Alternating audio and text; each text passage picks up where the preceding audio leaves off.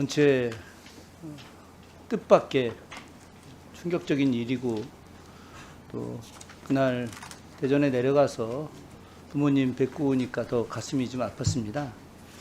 그럼에도 불구하고 이 자리가 있는 것은 지난 일을 근거로 해서 앞으로 더 이상 이런 일이 있지를 않기를 바라는 마음에 자리가 마련된 거라고 생각합니다. 교육감님께 몇 가지 질문 좀 드리겠습니다.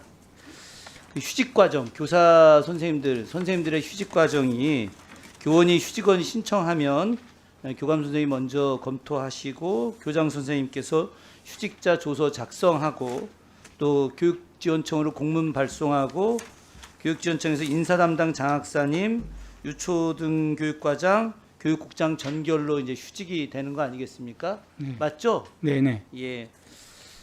자, 복직은 그러면 어떻게 진행이 되는 거죠? 똑같습니다. 똑같죠? 예, 예. 학교에서 해서 복직을 되면 교육지원청에서 결정을 합니다. 자, 교육장이. 맞습니다. 예. 사실 이번 건 같은 경우는 이제 절차적 문제를 크게 잡기는 어려운데 여기서 중요한 게 있습니다. 바로 조기 복직입니다. 오늘도 계속 의원님들께서 여러 말씀하고 계시는데 6개월 병가를 낸 분이 갑자기 이렇게 조기 복직을 하게 됐습니다. 조기 복직도 일반 복직하고 똑같이 진행이 되는 건가요? 네. 예. 휴직 복직은 같은 룰에 의해서. 그런데 이처럼 조기 복직하는 사례가 많이 있나요? 현재 이제 특별한 사안이었는데 그걸 한번 저희들이 조사를 해봐야 될 것 제가 같습니다. 드리고 싶은 이야기는 예. 이와 관련된 경우는 조기 복직이 매우 이례적인 사항이라는 겁니다. 아주 매우 이례적인. 본인이 6개월을 신청을 해서 6개월간 병가를 냈는데 갑자기 20일 만에 조기 복직을 하겠다. 진단서도 같은 병원 의사한테 자기 건강상의 문제가 없고 정상 수행 가능하다라고 하는 것을 만들어 왔어요. 이것에 대해서 의사 선생님이 어떻게 줬는지는 이 자리에서 논의할 바는 아니나 그러나 뭐 들리는 이야기에 의하면 선생님께서 좀 강요가 있었다라고 하는 의견도 지금 들리기도 합니다. 자, 중요한 거는 조기 복직할 경우에 이와 같이 매우 이례적인데 교육청하고 교육지원청이 그냥 일반적인 복직 사례와 동일하게 접근을 했다라고 하는데 문제가 있다는 겁니다. 이 점에 대해서는 어떻게 생각하십니까? 예.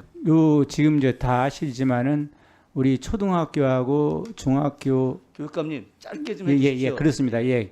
교사들의 휴직 복직은 이제 교육지원청사입니다. 물론 고등학교는 본청사하는데 예, 말씀 교육감님의 끝나겠습니다. 말씀을 듣는 것보다 예. 이런 부분에 대해서 지금 제도 개선이 필요한 거겠죠, 당연히. 네네. 그러니까 지금 아까도 발표하시고 교육부에서 발표하셨는데 자 여기서 하나 문제는 뭐냐면 이 선생님의 행동에 대해서 자세히 보고를 받으셨을 텐데 2월 3일 날 계약에서 출근하셨어요.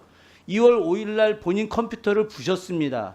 2월 6일 날 다른 교사 선생님을 갖다 폭행을 했어요. 그죠? 네네. 그래서 이와 관련돼서 해당 컴퓨터 파괴된 것과 더불어서 교사 폭행 내용 선생님이 아주 자세하게 진술을 써가지고 서부교육지원청에 금요일 날 보고를 했습니다.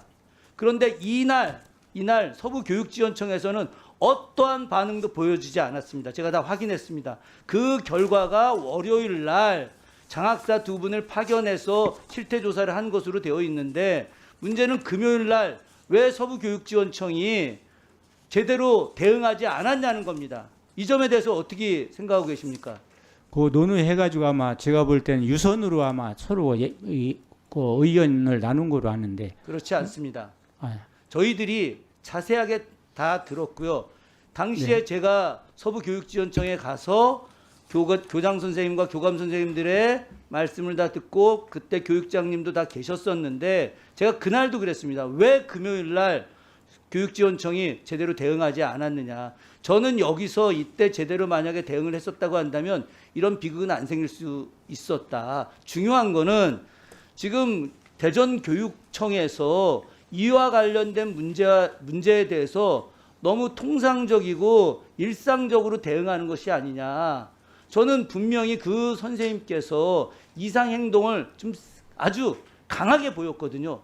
강하게 보였기 때문에 교장 선생님이 남편한테까지 전화를 하고 그리고 교육지원청에서도 빨리 이 문제와 관련해서 왜 그러냐. 교장 직권으로 분리할 수가 없었기 때문에 그랬던 겁니다. 그런데 이 상황에서 대전교육청의 대응이 굉장히 약했다.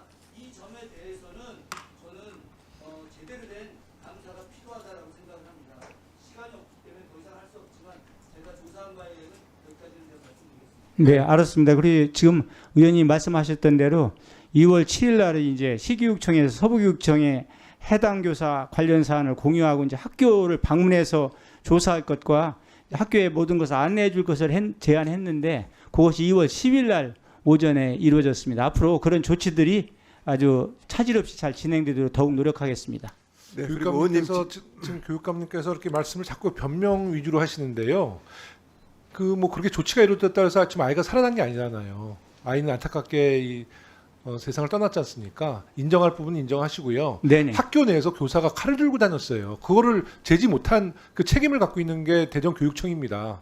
좀 반성하는 모습을 좀 보이면서 성실하게 답변해 주시기 바라겠습니다. 네, 아이 고문위원회에서는 뭐 저희들이 네. 아주 수정할 거 수정하고 그러니까요. 그래서 모든 걸 자꾸 이 바르게 변명에 하겠습니다. 너무 시간을 지금 쓰고 계세요. 제가 봐도.